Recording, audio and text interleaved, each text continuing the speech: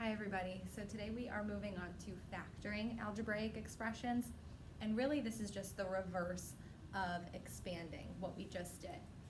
So when we were expanding, we took expressions that looked like this that were in factored form and put them into expanded form. And now we're going to take expressions like this that are in expanded form and factor them so that they look like this. So really factoring is the reverse of expanding, and we're writing it now, our expressions, as a product. So we'll have the parentheses, it'll be some amount times some amount. So we're writing it as factors. So the way that we're going to do that, first, if you can, start by simplifying the expression, okay? If you have like terms in your expression, make sure it's in the simplest form before you start to do any factoring. Then you're going to find the greatest common factor of all of the terms. If both terms are negative, they also share a factor of -1. So if both terms are negative, also factor out a negative term. So if the GCF is 2, but both terms are negative, you're actually going to factor out a -2. So then once you have the GCF, that's the number that you're going to write outside of the parentheses. That's the number that you're going to divide out of each term. So you'll write the GCF outside the parentheses, and then what goes inside the parentheses is what's left over after you divide each term by that number.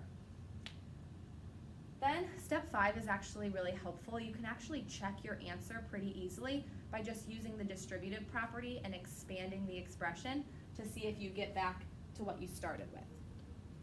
So keeping all of those things in mind, let's go through some examples. The first one is 10b plus 25. So we want to look for the greatest common factor between 10b and 25. The GCF would be 5, and I'm going to write that over to the side here, because both terms can be divided by 5. That's the number that we're looking for. So the GCF is 5. That's the number that goes outside the parentheses that I'm dividing out. And when I do 10b divided by 5, that's 2b. And when I do 25 divided by 5, that's 5. So plus 5, because that's a positive 5. And there's your answer in factored form. Again, you can check your answer by distributing in that 5.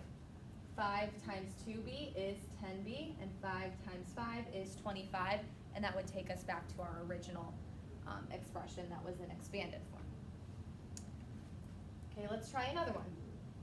We have 2x plus 8b. The GCF here, the number that I can divide both of those by, is 2.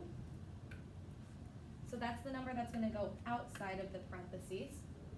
And what goes inside the parentheses is what I get when I divide each of these terms by 2. So 2x divided by 2, well, 2 divided by 2 is 1, so you're left with 1x, which I can write as just x. And 8b divided by 2, well, 8 divided by 2 is 4, and keep that b. Again, you can check your answer. If I were to distribute this in, you would get the original problem. You get 2x plus 8b. All right, so this next one, you would maybe want to look at it and look for the greatest common factor. But remember, our first thing to look for is if we can simplify, if they have like terms. And this one does. Okay, we have a positive 8 and a negative 18 that we can combine before we do any factoring. 8 plus negative 16 is negative 8. And then I still just have this plus 6a. So then this is the expression that we're going to factor. And the greatest common factor between these terms is 2 again. So I'm going to factor out the 2, write that outside the parentheses, and then divide each of these terms by that amount to figure out what goes inside. Well, negative 8 divided by 2 is negative 4, and 6a divided by 2 would be positive 3a. So 2 times the quantity of negative 4 plus 3a.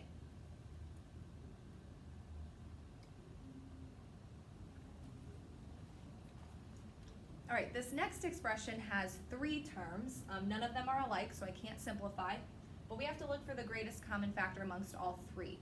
So the number that I can divide all three of those terms by is 5. So the GCF here would be 5, and that's the number I'm going to factor out. When I divide the first term by 5, I get 5k. When I divide the second term by 5, again, this is a negative 5w. So when I divide that by a positive 5, I'm left with negative 1w, or just negative w. And when I divide a positive 35 by 5, I get a positive 7. So that would be your factored expression. Again, if you're ever confused if your answer is right or not, just distribute the number back in, expand it, see if you get to what you started with. All right, in this next expression, the first thing that I hope you notice is that both terms are negative. So the greatest common factor that we're going to divide out is going to be negative, since they have that in common. They're both negative. But it's not just negative 1. There's actually a greater number that I can factor out. It's going to be negative 4, because I can divide both of those by 4, and they're both negative. So the GCF, sorry, there's a little break in the video there, but the greatest common factor here is negative 4. That's the number that we're going to write outside the parentheses, and we're going to divide each term by negative 4. Negative 4a divided by negative 4, well, anything divided by itself is 1, so we're just left with 1a, or a. And negative 8 divided by negative 4 is positive 2. So when you divide out that negative, it actually makes both of the terms in the parentheses positive. Next one is 5x minus 16. So let's think of what the greatest common factor is for this one. And there's actually really no number that I can divide both of those by, and they're not both negative either, so I can't even factor out a negative 1. So in this example, this would be one that we cannot factor. And there's also going to be one on your homework that you can't factor, so look out for that, and you'll just type cannot factor for that one. All right, going over to this next one, the greatest common factor here would be 3. 3 is the greatest number I can divide each of those terms by, so that's going to go outside of the parentheses, and then inside is what you get when you divide each term by 3. So 3x divided by 3 is just 1x, and negative 9y divided by 3 is negative 3y. So that would be my factored form. All right, going over to this one, negative 2x minus 3. Again, there's no number besides 1 that I can divide 2 and 3 by. So you might think this is another one that we can't factor, but both of the terms are negative, so we can at least factor out a negative 1. So typically when we just have a GCF of 1, we don't factor it, but if both are negative and there is that common factor of negative 1, we are going to factor that out. So you can either just write the negative sign or negative 1. I just like writing the negative sign, and when I divide each of these terms by negative 1, it's just going to make them both positive. Negative 2x divided by negative 1 is positive 2x. Negative 3 divided by negative 1 is positive 3. I forgot to box off my answers up here. Slack in. There we go. All right, and then one more. Negative 8p minus 10q. Again, both terms are negative, so I'm at least going to factor out a negative number. But let's see if it's more than just negative 1. Negative 8 and negative 10 can be divided by 2, so the GCF is going to be negative 2. All right, so negative 2 is going to go outside. And when I divide each term by negative 2, the first one becomes positive 4p. And this one would become positive 5p.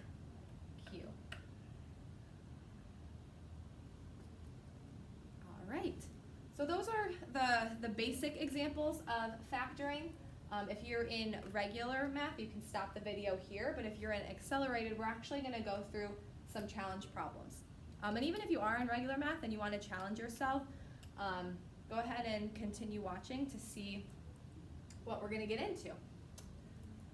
So obviously these next expressions look a lot more complex. Some of our variables have exponents, and there's just a lot more going on. So we're going to take a look and see what these look like.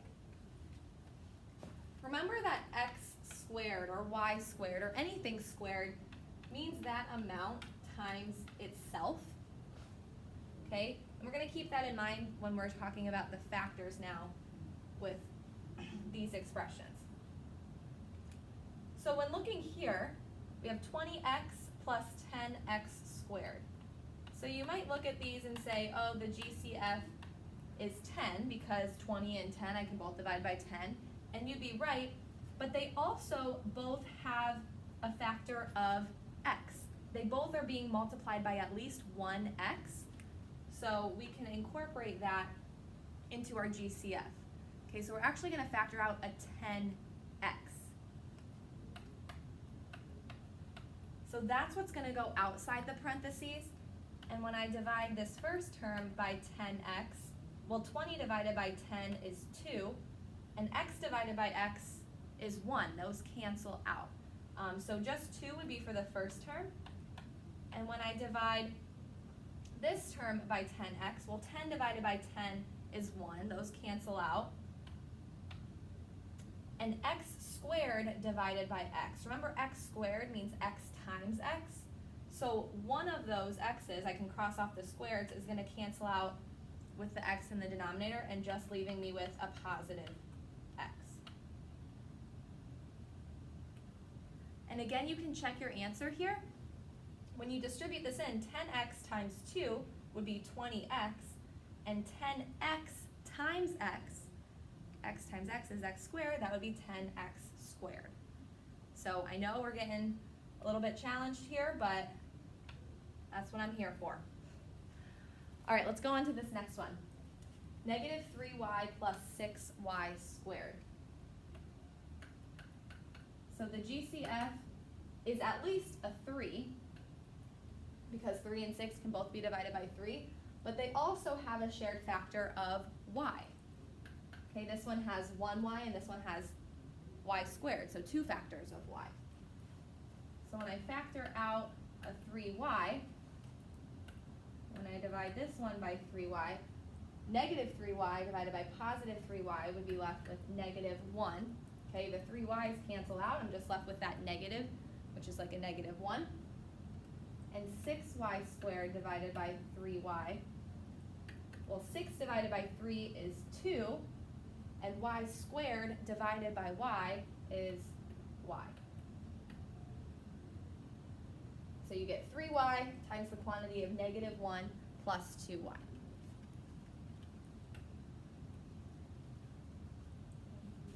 All right, taking a look at this next one, we have xy, which would really have the coefficient of 1, plus 3x.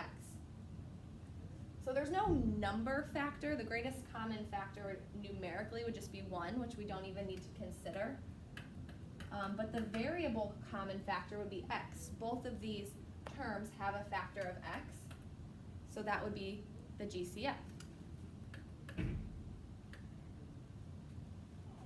So when I divide xy by x, okay, x divided by x is 1, you're just left with a y. And when I divide 3x by an x divided by x is 1, you're just left with that 3. So that would be your factored expression, x times the quantity of y plus 3. And again, always distribute it back in, see if it makes sense. X times y would be first, which was the first term, and x times 3 would be 3x, which was the second term. And then for this last one, we're actually just back to the basics here. There's no common factor for any of the variables. The only common factor would be 2 across the board here. Just wanted to end on an easy one in case that was like completely throwing you off. So 10x plus 12 minus 2ab, the GCF is 2. And when I divide each of these by 2, well, 10x divided by 2 is 5x, 12 divided by 2 is 6, and negative 2ab divided by 2 is just negative ab.